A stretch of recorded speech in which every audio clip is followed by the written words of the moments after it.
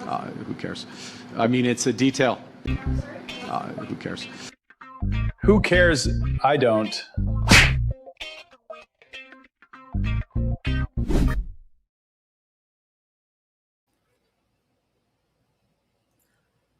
Yeah. Welcome back to another episode of Stand on Guard. I'm your host, David Krayden. We got a lot of material to cover today.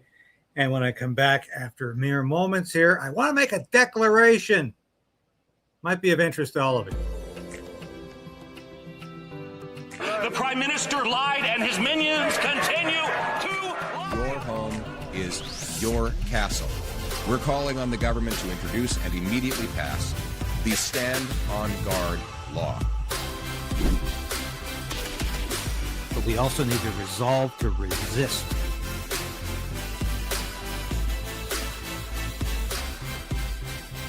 Okay. We'll do it live. Okay. We'll do it live. I'll write it and we'll do it live.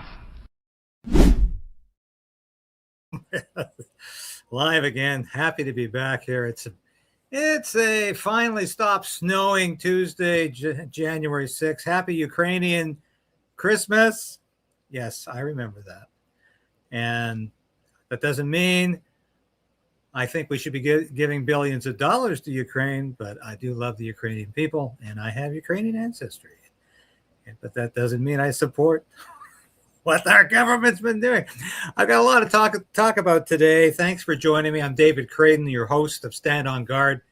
We're broadcasting live from the Ottawa area. I want to make a declaration.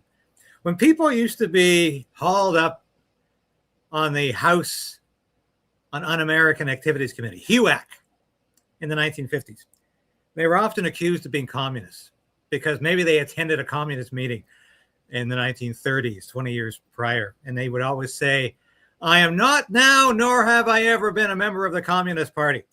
And I have to say that jokingly because anybody who would suspect David Krayden of being a communist or supporting communist propaganda clearly doesn't know the work I've done over the past 30 years as a journalist, as a public affairs officer, as somebody who worked for conservative and reform party members of parliament on Parliament Hill.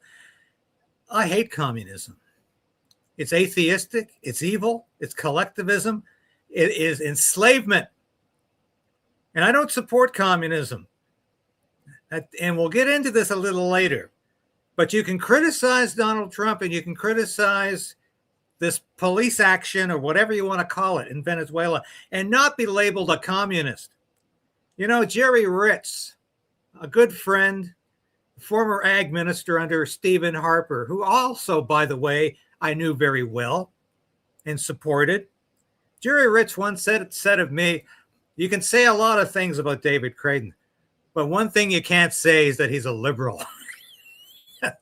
And nor am I a communist. We'll get into this later. I had to have some candid moments about this morning because the comment section, I'm going to show this to you later. The comment section was absolutely outrageous. We had people saying I should work for the CBC. I am a communist propagandist simply because I'm questioning whether or not it's in the best interests of America to invade Venezuela and get bogged down there and to take over Venezuelan oil. I don't know if that's in the best interest of America or democracy or freedom. I think we have a right to question those things. That's what the station is all about. If you want to watch propaganda, well, there's lots of it out there on the left and the right. There's lots of broadcasters like me who have never actually been journalists, but who are out there every day promoting nothing but Pierre Pauli of the Conservative Party. I love to promote Pierre Pauli of the Conservative Party when he's accurate and when he's right. And I'll continue to do so. If I disagree, I will continue to do so. If you want propaganda, this is not the place for it. We try to deal with truth and nuance here. And I'll continue to do that. Thank you for your patience this morning, by the way. And yes, I'm wearing the ostrich shirt, the ostrich hoodie. And I know some of you are saying, how can you possibly get the ostriches in the show today? Well, I'll tell you how, because Scott Anderson put a post up last night on X. We want to go to that here. I'm going to share the screen. And I tell you, this is wonderful. Scott Anderson is the same courageous MP who stood up for Katie Pisitne and universal ostrich farms when the Carney government occupied the farm and slaughtered the healthy ostriches. Good on you for standing tall and strong.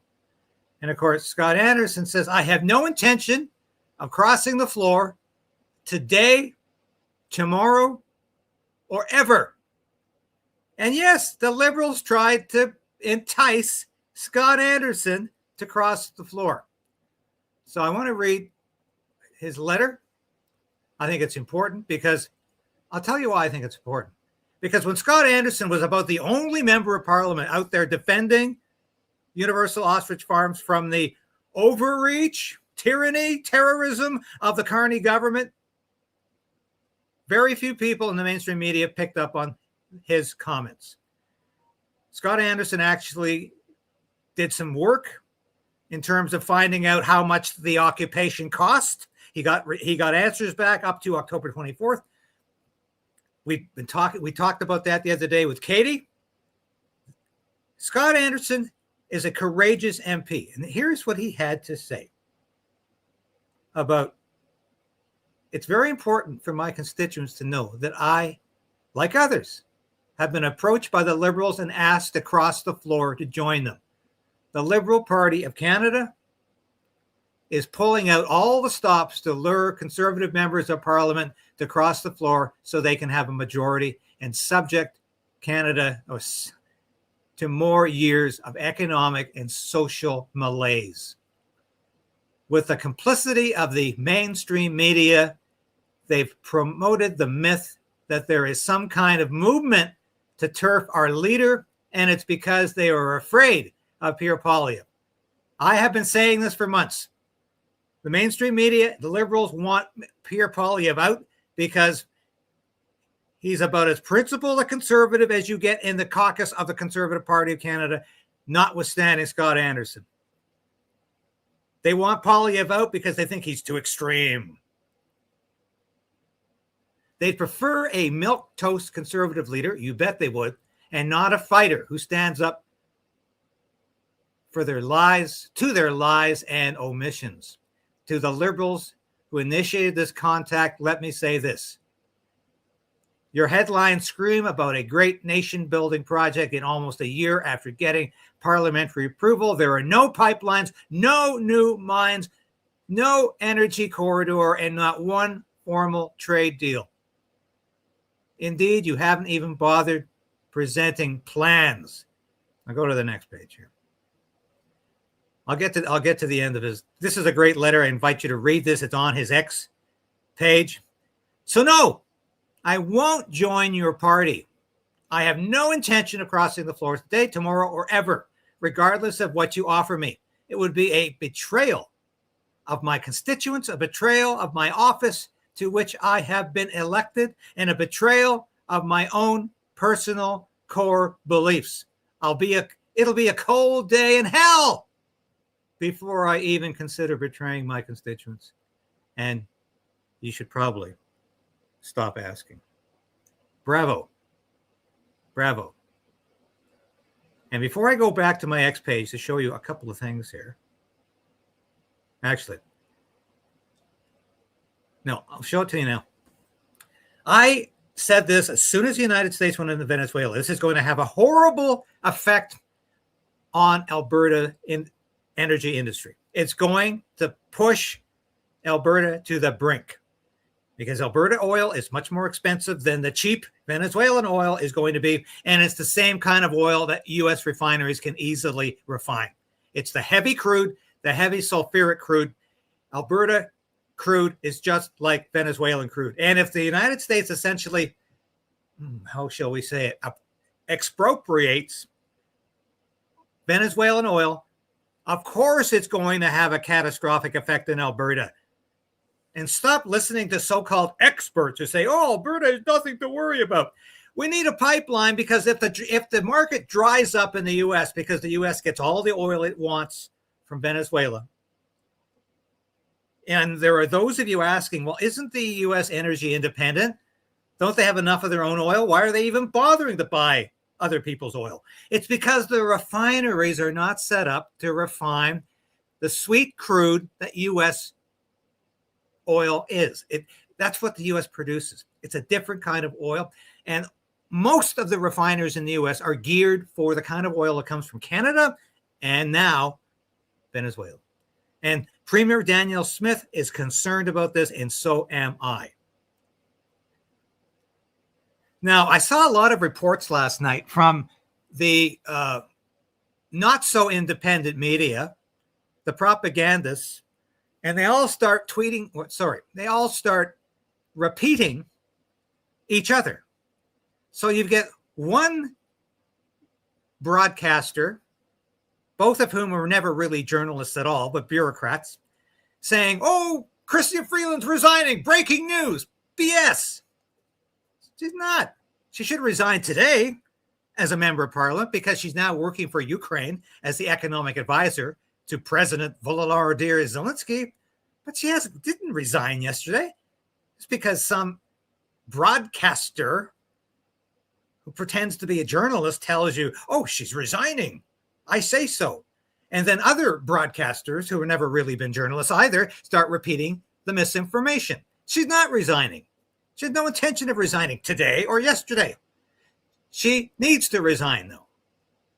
Very important. Very important.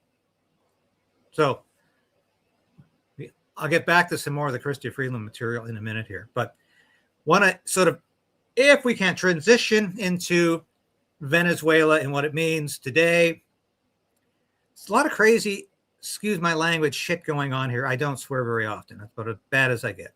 But this is crazy. CIA intel reveals hardliners Trump secretly backed ahead of Venezuela ouster.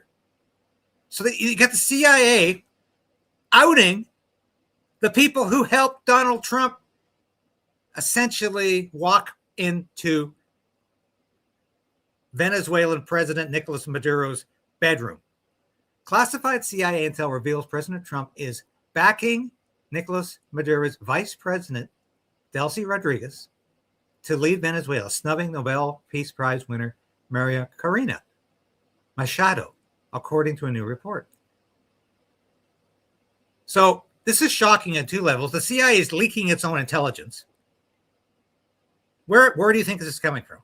The CIA is leaking its own top secret intelligence, and it's revealing that Donald Trump is going to essentially tell Nobel Peace Prize winner Maria Machado to go to hell.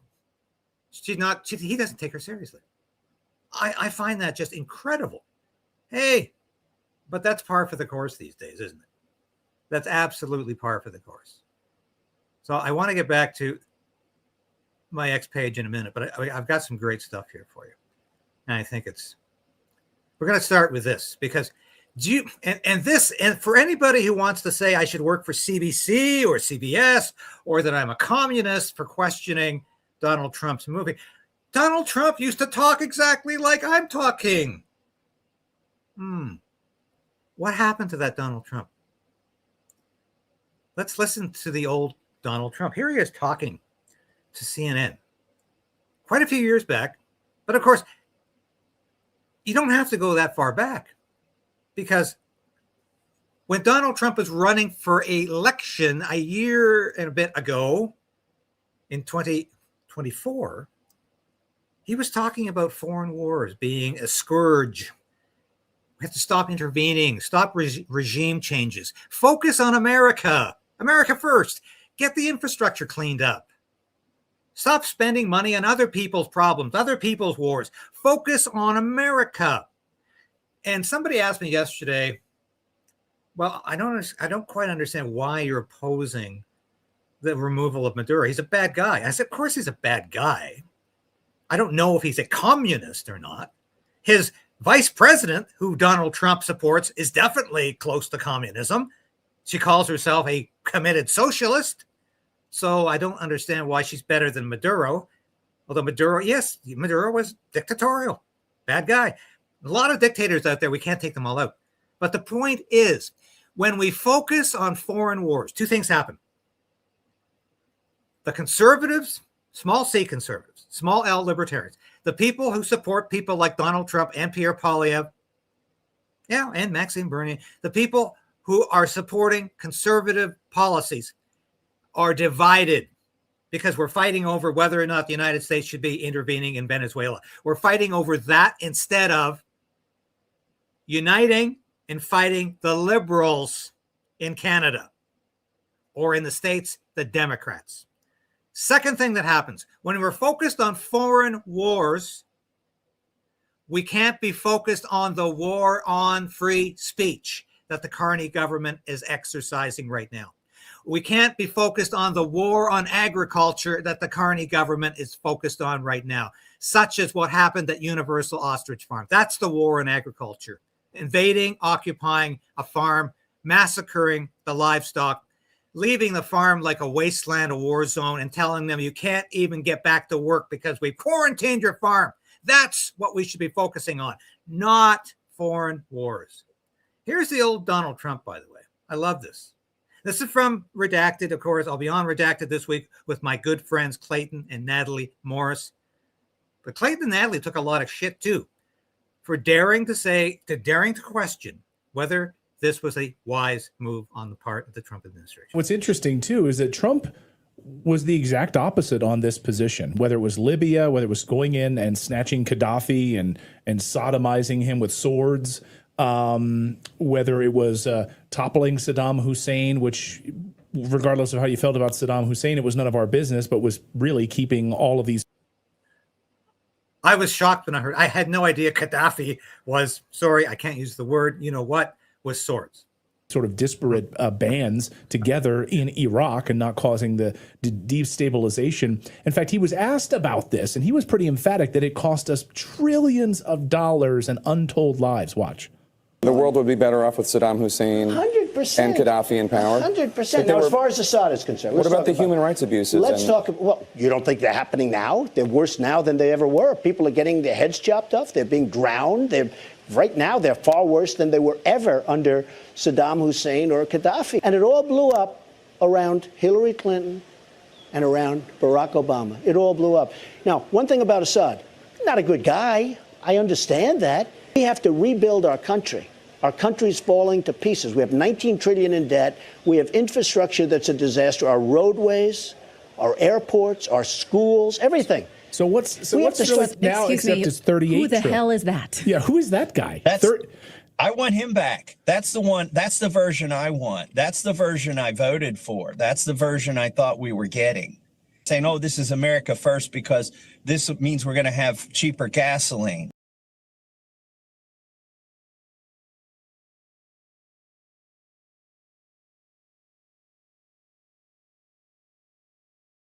Sorry, somebody muted my mic.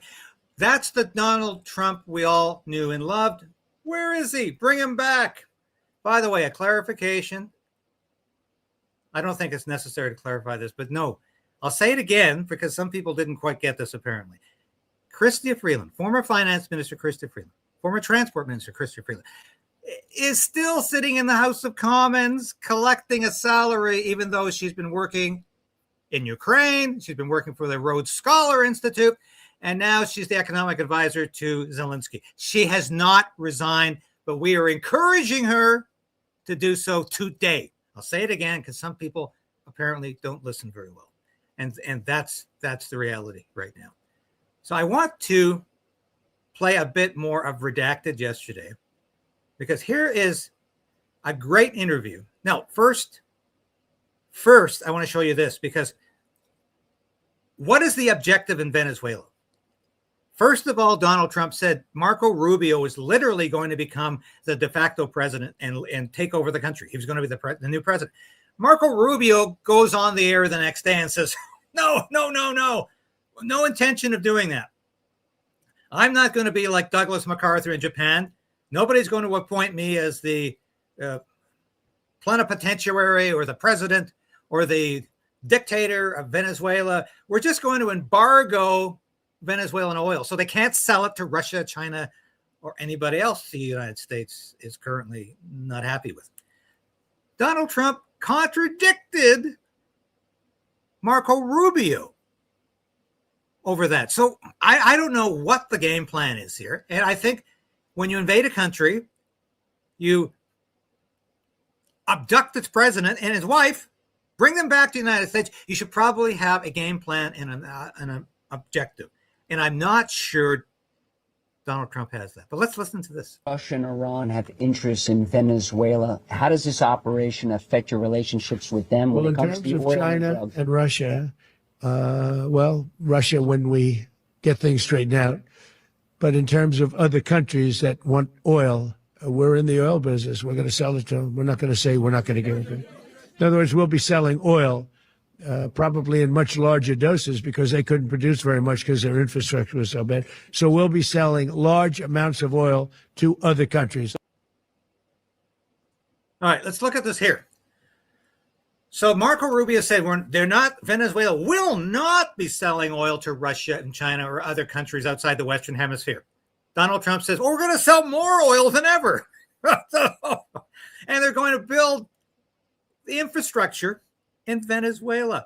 I just showed you the clip where Donald Trump says we need to build the infrastructure in the United States. It's horrible. The roads are falling down. The bridges are falling down. We don't spend enough money at home. We spend it all abroad in Afghanistan and Iraq and Syria. Now in Venezuela, we're going to be building up the infrastructure in Venezuela so the oil companies can sell more oil. Does that benefit average Americans? Or does that just benefit oil companies? I'm sorry, it's not a communist thing to say that. Because if Americans are going to fight and die in Venezuela, they shouldn't be doing that for oil companies like Citgo or Standard Oil or any of the other companies that don't need any more money to survive. But Donald Trump says we're going to rebuild the infrastructure in Venezuela. Wow.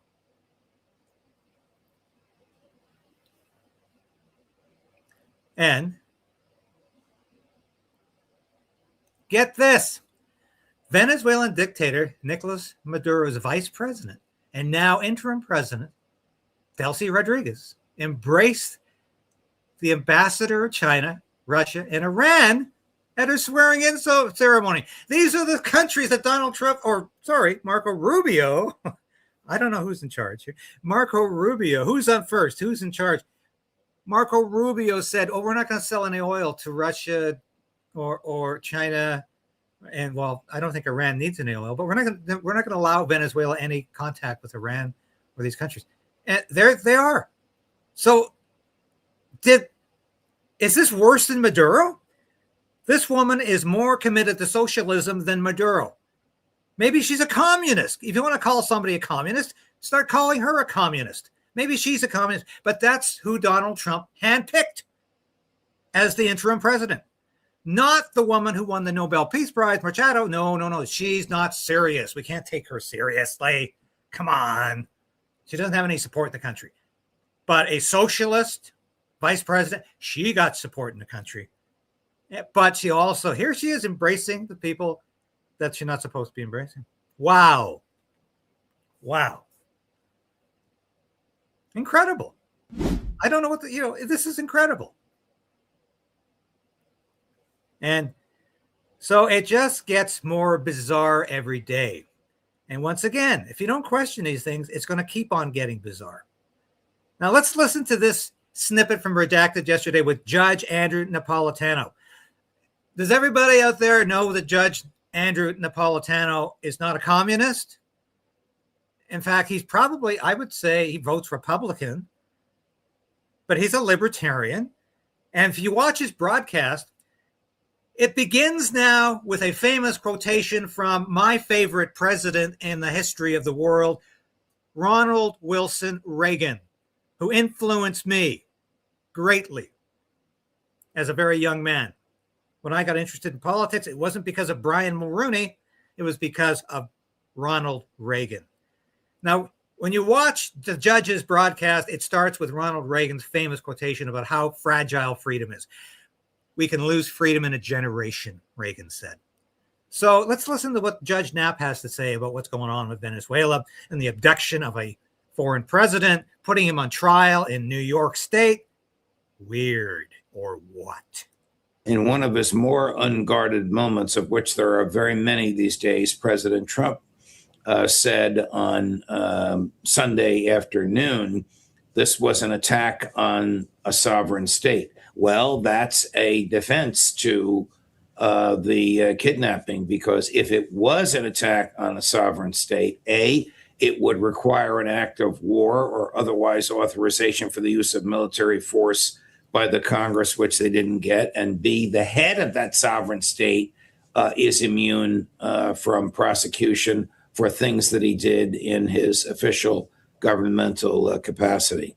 Which is what President Trump was let off for, because the Supreme Court allowed certain charges against President Trump because he was acting in official capacity. So you would think this administration would know that. But don't you see the irony here, or am I just making a joke? If the immunity decision by the Supreme Court, one of its worst in the modern era, but if that decision were to be applied to Manuel Noriega, and I'm sure that his lawyers will make that argument, there's no case against him at all, because in Latin America, these decisions, whether to protect and cooperate with the CIA crafted mechanisms for distributing drugs, which the CIA is distributing, the decision whether or not to protect that is an official governmental decision, immune from prosecution under the Supreme Court's immunity decision. A friend of the show, Kevin Shipp, has long said, we got to get rid of the States Secrets Act. And what a problem that is, because so the CIA can lay claim to this, the State Secrets Act. Pam Bondi has now used it twice to basically say, we're not going to, there's no discovery. Sorry, we're not even going to bring this to a court case. State secrets. Well, the CIA has been actively involved in Venezuela for more than a decade at least. Yeah. Largely, and according to the sources we've spoken to, this was all a CIA operation. They even knew even according to the New York Times, the CIA even knew the names of Maduro's pets, for crying out loud. There was no resistance at all. He was just basically handed over to the United States government. No bodyguards went to bat for him, nothing. I mean, this was a CIA operation from top to bottom. So if this does go to trial, how will state secrets be implied here or put in place, and what sort of CIA backings will prevent anything from coming out in these proceedings? What do you think? I agree with your colleague who says the statute should be abolished, and I would go even farther and say the whole doctrine, which existed before the statute did, that the government can keep anything secret, should be abolished.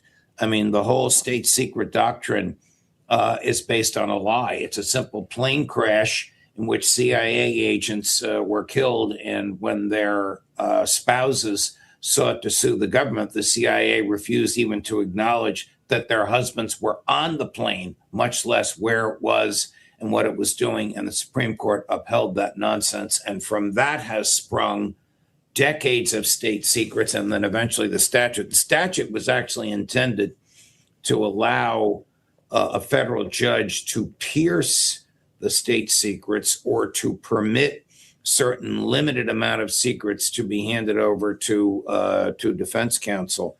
But I think that Maduro is probably so familiar with what the CIA has been doing that the very threat to expose this during the course of litigation should be enough to terrify the government into working something out with them. I mean, the way you do this is to file a document with the court, and do not file it under seal, because when a lawyer files something with the court, the lawyer is absolutely immune from what he says in the document. He can't be a prosecutor or civilly sued for what's in the document. So if his lawyers do that and reveal what the CIA has been doing, you'll terrify the government into realizing the mistakes that it's made. And Look, so I don't hold any do you water. think I that don't Barry hold any Pollock water. would do that? What kind of stock do you have in him? I think he would do that. I think this is a career-making case for him. His work for Julian Assange, while brilliant and effective, was limited to negotiating the plea agreement. But anybody who has Nicolas Maduro as a client and has an opportunity to make the case go away, either by threatening and scaring the government or by demonstrating to a very neutral and impartial jurist that this is an inappropriate prosecution, would use every means available at his disposal to do that. Well, that's exciting, right? That get you excited? It would be exciting. It would be exciting if the Trump administration and the neocons now controlling the president, from Rubio and Hegseth, and of course your husband and I know Pete very well, from Rubio and Hegseth on down, learned a lesson that you can't get away with this. Congress is too weak to do anything. This was clearly an invasion intended to decapitate a government by removing the head of state. You mentioned that nobody died. There were actually 32 Cuban bodyguards who were murdered by U.S. troops as they attempted to defend Maduro. Everybody else rolled over and played dead because they were probably bribed. I would imagine that the current and new administration in Caracas is seeking out those who were bribed and will prosecute them for treason.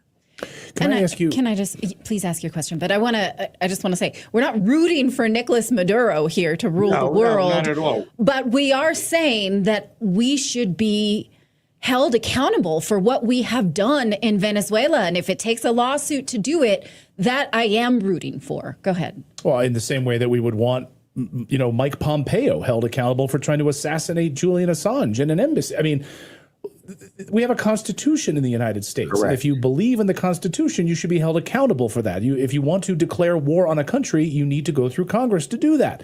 So Correct. that's what we're saying here.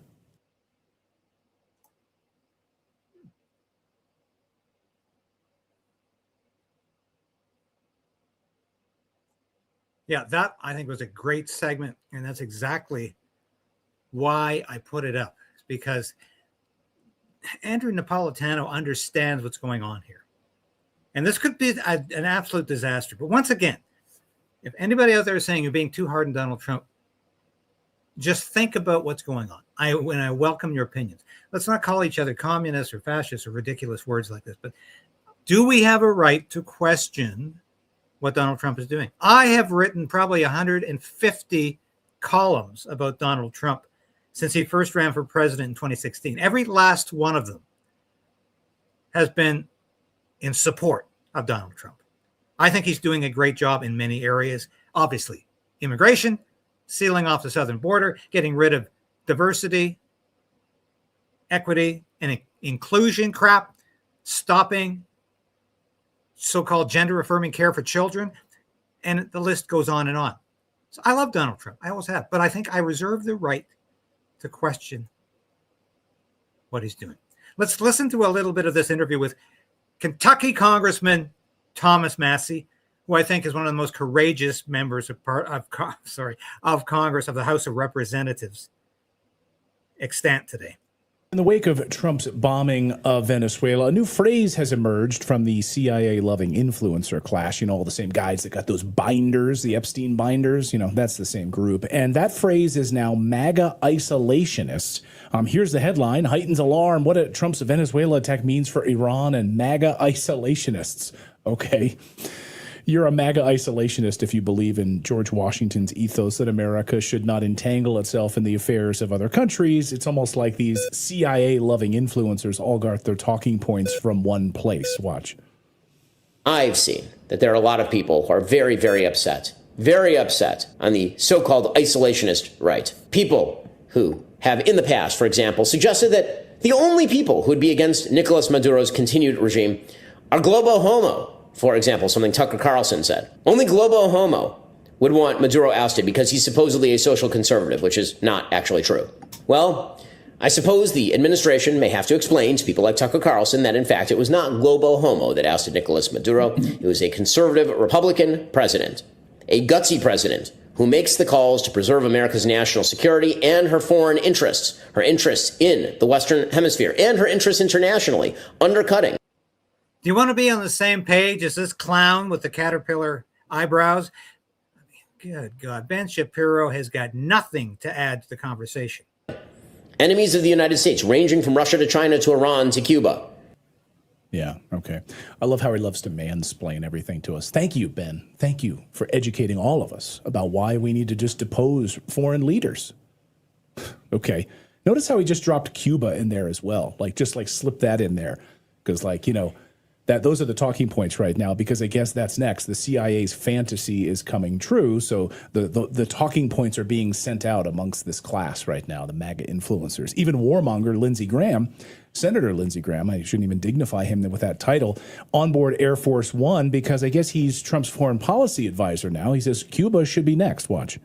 Could have done it, and as to this commander-in-chief, he did something people talked about doing. You just wait for Cuba. Cuba is a communist dictatorship that's killed priests and nuns. They've preyed on their own people. Their days are numbered.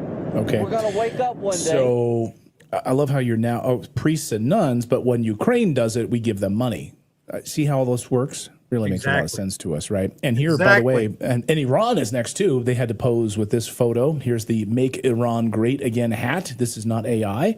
Donald Trump signed that hat. So Iran, Cuba, Greenland, Colombia. What's next? Let's ask Congressman Thomas Massie, who's been hard at work trying to stop the regime change operations. Congressman, great to see you. Happy New Year. Good to see you, both of you. Yeah, I thought that was AI too, or photoshopped that hat. Make Iran great again. Give me a break.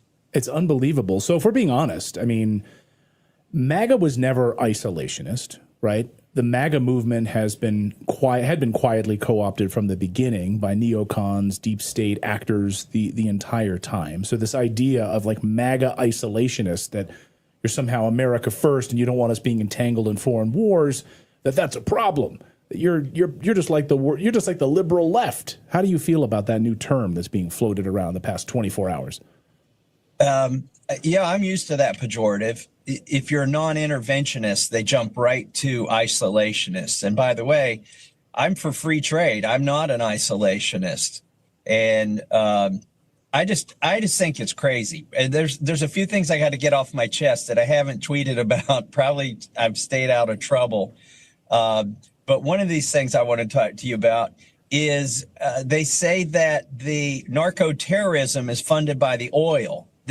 Remember, this was all started out about the drugs, right? Right. And then they're trying to attach it to the oil. And so they say, oh, the narco-terrorism is funded by the oil.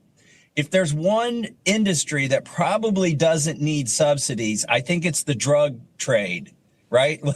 They're acting like it would otherwise not be profitable to sell cocaine unless you subsidized it with oil profits. And so we got to go after the oil too. Right. It's like the ethanol lobby. Right. Okay. Right. Yeah. That's something. Yes, exactly. That I see.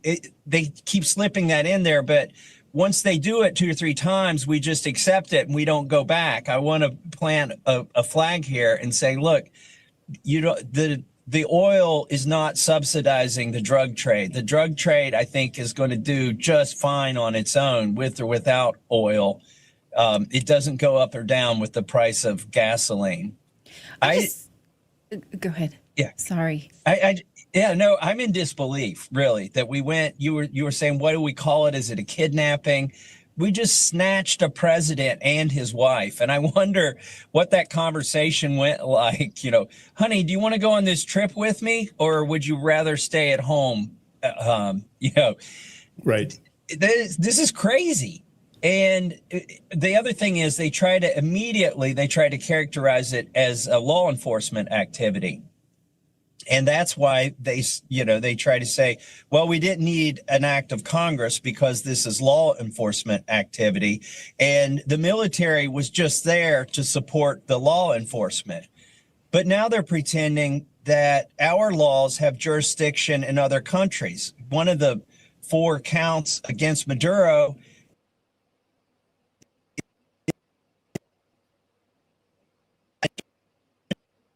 National Firearms Act of the United States. Like, this is crazy. Yeah. Obviously, our laws don't have jurisdiction there. Right. No, this is crazy. If anything sums this up, it's how crazy it is. Now, I want to go to your comments now. And I think we've got one coming up. I like this comment very, very much. Thank you, Milgorzata, 1505. People lost perspective totally. They try to see black and white. Trump is definitely looking for U.S. interest only. Don't be so euphoric. It's about total dominance in the region. Ukraine is in trouble, but it is their war. Trump is okay with leaving this region to Russia or Russian dominance. Europe is committing political self-deletion. Thank you for being so discreet. At this point, I'm only watching. I'm too old to be involved in this chaos. People need to stop idolizing any leader and start thinking. Start thinking about how to save Canada. Begging Donald Trump to invade us is pathetic and embarrassing. Oh, I couldn't have said that any better. I could not have said that any better. Now, let's go to some other comments here. And then we're going to go to your super chats. I promised you we'd do that. So, I'm going to go to quite a few.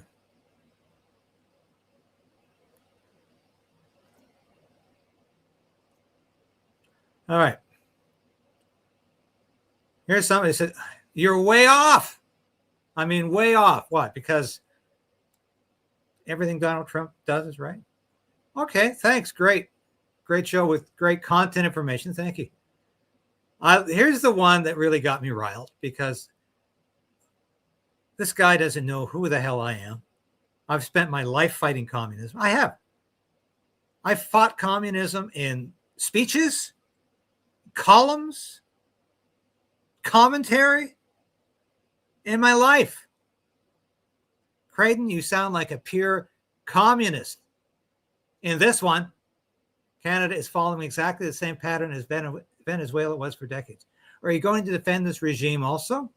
Venezuela was liberated. All the commies are panicking and accusing the liberators. Accusing the liberators.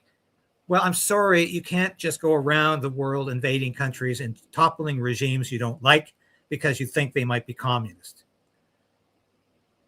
And if you really think Donald Trump should invade Canada tomorrow because you hate Mark Carney that much, then maybe there's something wrong with your thinking. I can't stand Mark Carney. He is a clear and existential threat to my freedom. But I think there are probably better ways. And if Donald Trump got rid of Mark Carney, do you think Donald Trump wouldn't install somebody just as bad as Mark Carney? Because, hey, the two of them are good friends. They get along very well. Every time Mark Carney's in the presence of Donald Trump, he gets on his knees and worships Donald Trump. So don't give me this BS. What are we supposed to do when we see a dictator killing and making his citizens suffer? Cross our arms and wait for a democratic election when you know it will never happen? I'm glad Maduro has been captured, liberating Venezuela. You just are drinking the Kool-Aid. So let's go around the world and start toppling dictatorships that are doing things we don't like. The United States has not got the right or the economic ability to do that anymore. It is so deep in debt. It is on the edge of economic catastrophe.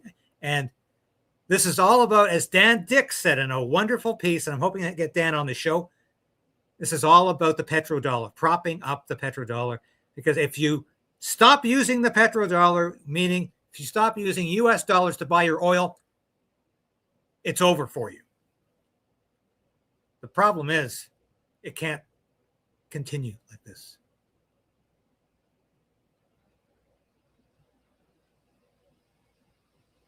Check your TDS, David.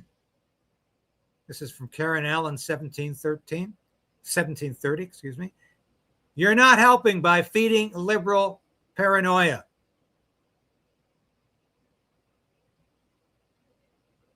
Yeah. So we got a lot of comments like this yesterday. And before we get to the super chats, okay, here I'll read one more. You are wrong.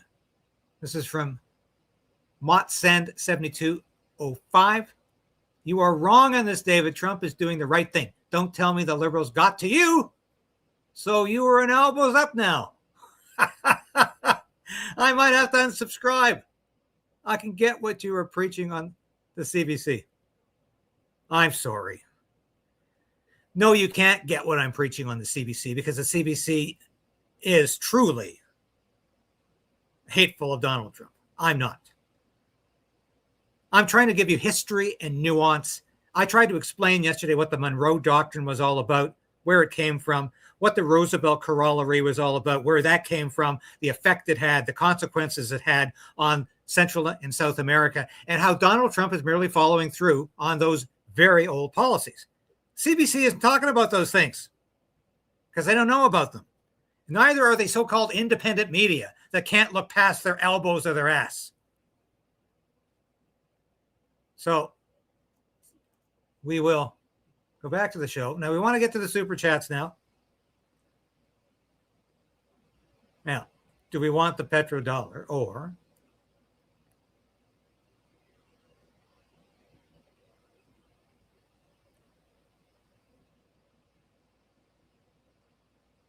before we get there, here, I want to remind you why you're watching the station. I want to thank you for all the support you've given us throughout the year as we continue to grow the Stand on Guard broadcast. But there's 3 things you can do to help us, and all of them are free. Subscribe, like, comment, and share. And that's how you like the broadcast. And that's Sasha the cat doing what Sasha always did. This is how we beat Mark Carney's censorship. And so more people can see this broadcast. The second thing you can do on YouTube, find the hype button. Where's the hype button? It's right here. There's the hype button on YouTube. And I'm showing it to you right here. The third thing, go find my Substack at KRAYDEN'S.com, and you can subscribe there for free, where I can give you original reporting and our newsletter. Thank you again for the support you've given us, and thank you in advance for the support you're going to continue to give us. We need it. God bless you all. That's my little message of the day. This is why you need to support this channel. Please subscribe. Don't unsubscribe. Okay, you disagree with me today. This is called thought. This is called thinking. This is called looking at things from a different perspective. I'm not giving you a lefty perspective. It's the last thing I'm going to ever do.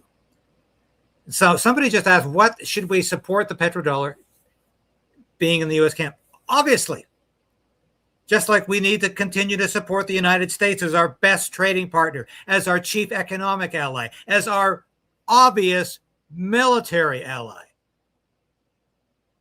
If I do elbows up, somebody accused me of being an elbows up guy. Come on. I'm an elbows up guy against Mark Carney. Mark Carney's trying to destroy my free speech. And that's why I want to be more concerned about the war on free speech than I am about the war in Venezuela. All right, pick a site. The U.S. would never invade Canada. Canada is being invaded. Then what? The U.S. needs Canada on board. Canada, the U.S. has always been our best ally. We need to continue. Not to go to Europe.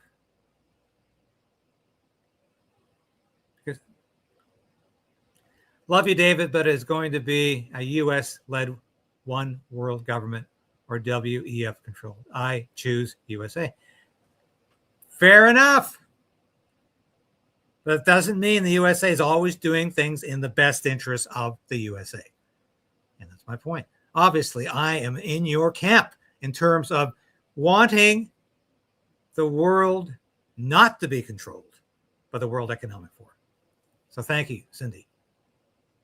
There's a rumble run. Okay, that's the US though. And again, I'm looking at personal freedoms.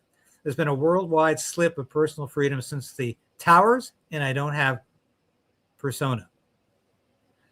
Very true. Ever since 9/11, I think that's what you're talking about when you say that the towers.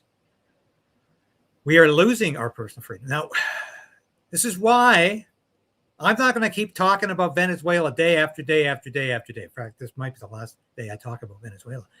We need to talk about free speech in Canada, the war on free speech and the war on agriculture, as we've been talking about for the last 5 or 6 months with Katie and Universal Ostrich Farms. We need to continue to talk about the war against Canadians being waged by Mark Carney and the Liberal government, just as it was waged against Canadians by former Prime Minister Justin Trudeau. So that's where we are. Redacted podcast. Not good, David. I'm on Redacted every week. I'll be on again this week. Clayton and Natalie Morris are good friends. I think they do a great job of journalism because they actually were journalists in the mainstream media. They know how to conduct journalism. Do I always agree with Clayton and Natalie? Actually, no. I was really, really, really pissed off over one thing they said just before Christmas. But did I say, hey, I'm never going to watch you guys again? No, it's called freedom of speech. If we really believe in freedom of speech, then we believe in it for everybody, not just ourselves, or not just for the ideas and the principles that we happen to agree with. That's what freedom of speech is all about. So we talk about China. Okay, this is from Donna Land, 6396. So we talk about China subverting our elections, but want China to take over Venezuela, which was Maduro and China's attempt. Well, good point. Good point. And this is from Numb Canadian, C21, C2, C2T, I think. As we tumble through the Great Reset phase of UN 2130-50, 17 SDG, will you be surprised when you own nothing, be miserable, and eat the slop? Well, who talks about this every week, sometimes every day? That's what the World Economic Forum wants for you. That's their wish for you, that you own nothing and be happy, that you eat insects, that you live in 15-minute cities, and that you do their bidding. And I hate that. Baba Susie. Well, would the people here want China to continue every movement in Canada or the USA? I'm not going to defend China. I'll never defend China. I have been fighting China since I was old enough to understand it was a communist tyranny. Mao Zedong murdered more people than Adolf Hitler. He was a madman who was lauded in the House of Commons, by the way, by Justin Trudeau's father, Peter. We gave enough to Ukraine. I agree Carney needs to go. He's on Brookfield agenda alone. And that's what Pierre Poilievre needs to be talking about every day. This is the most corrupt government in the history of Canada. And it's a Brookfield asset management government first, not a Canada first government. And I say that every day. 8 billion humans on this planet. Not one of us needs any dictators.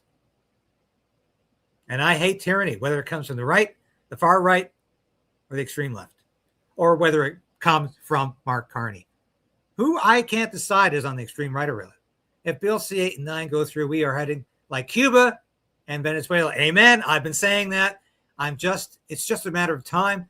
We will call the U.S. to save our ass.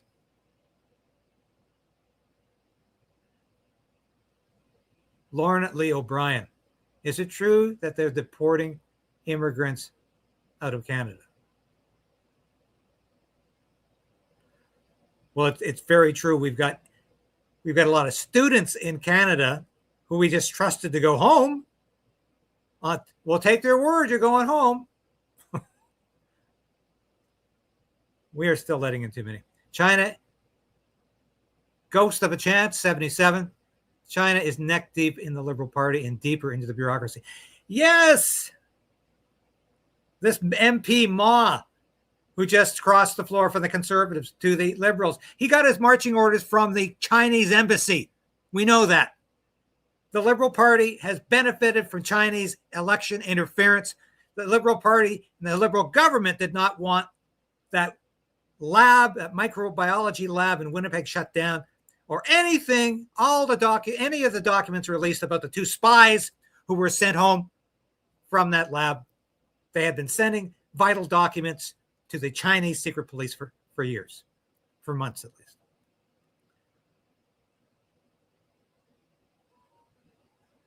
Redacted, another dangerous money-making podcast. It's growing. God bless Freedom USA and Canada. The good always comes through. Conservatives unite worldwide. Well, I don't know why you're calling Redacted dangerous, because I don't always agree with having Clayton and Natalie say, but they believe in free speech. And they do support Donald Trump 80% of the time. But they reserve the right to say, I'm not in Donald Trump's pocket. And I reserve the right to say that too, about not just Donald Trump, Pierre Poilievre, or any other politician. Gene spliced. Brookfield was smart. Gave $1 billion to the Trumps by management leasing their building at 606 Fifth Avenue, New York City. Very true. Donald Trump and Mark Carney go back a long way, and Donald Trump's son-in-law benefited from Brookfield Asset Management. Very true.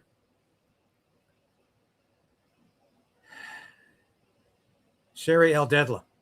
We do so much selling raw lumber to China. They use middleman ships to hide where the raw West Coast lumber is going.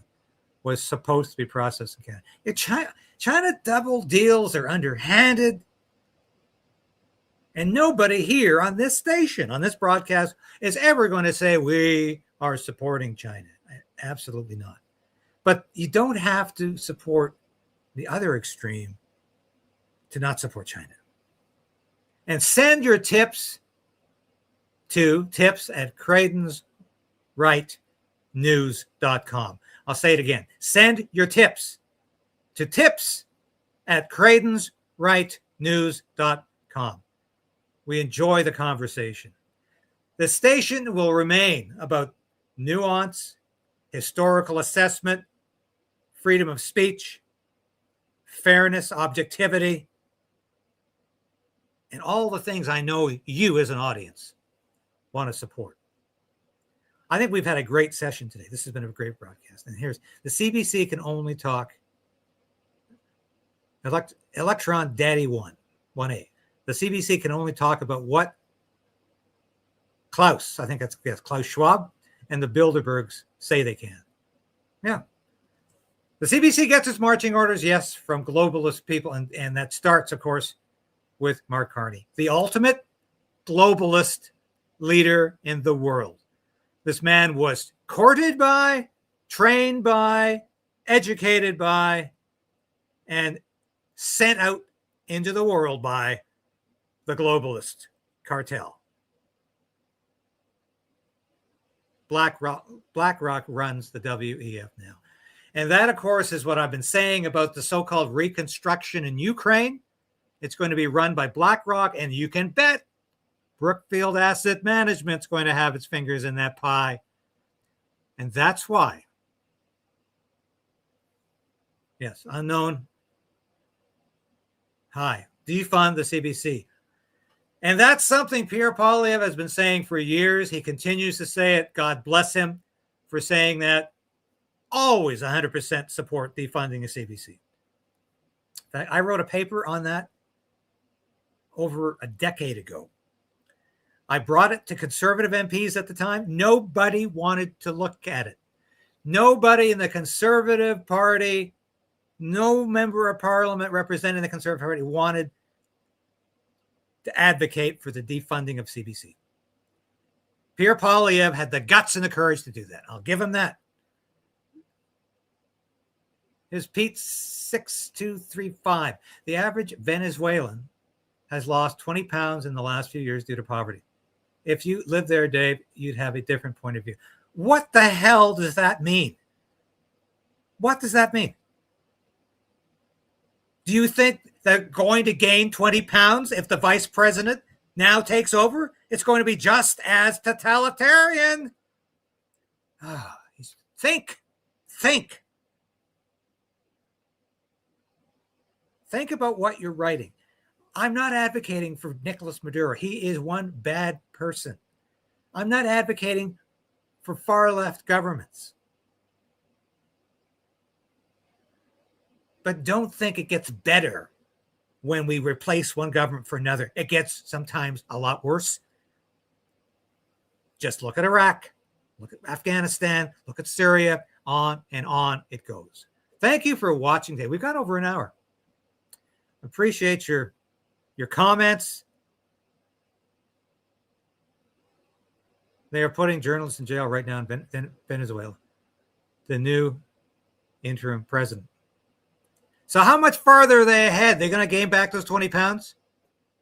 That's the question. Looks like it's worse, or at least the same. Got to show you the merchandise before I sign off here.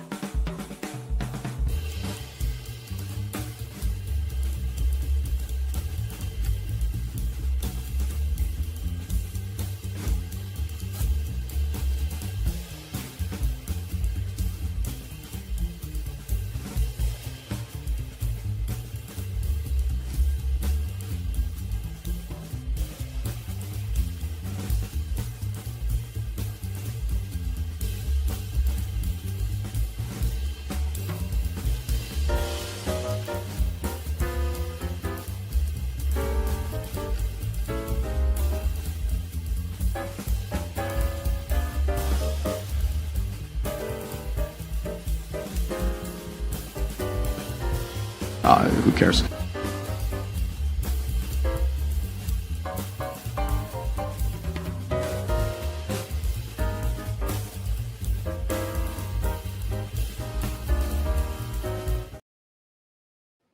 Once again, thank you so much for watching the show today. It's appreciated. Eva Chase, you are right, David. Thank you. Without freedom, we have nothing. Thank you for all of you who subscribe. Don't unsubscribe, please. Encourage your friends, families, subscribe and support the station. I'm fighting for fundamental freedoms. I'm fighting for freedom of speech, and I'm going to continue to do that. Thank you for watching today. We'll be back again tomorrow. Yes, subscribe.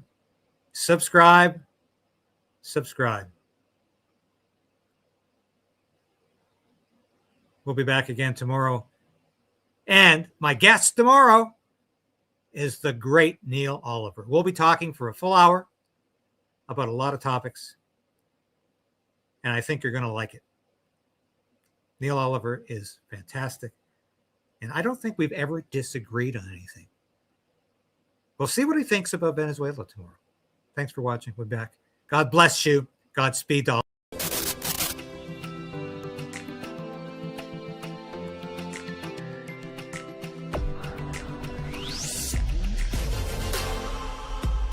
Thank you for sharing this station with your friends and family. Thank you for hitting that like button, because I tell you, we are fighting back in a way I've never had to before, because I'm going to keep this station on the air. I'm going to keep fighting for freedom. I'm going to keep fighting for justice and truth.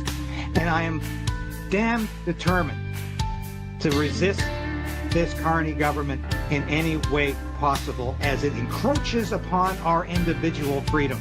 And it will continue to do that, mark my words.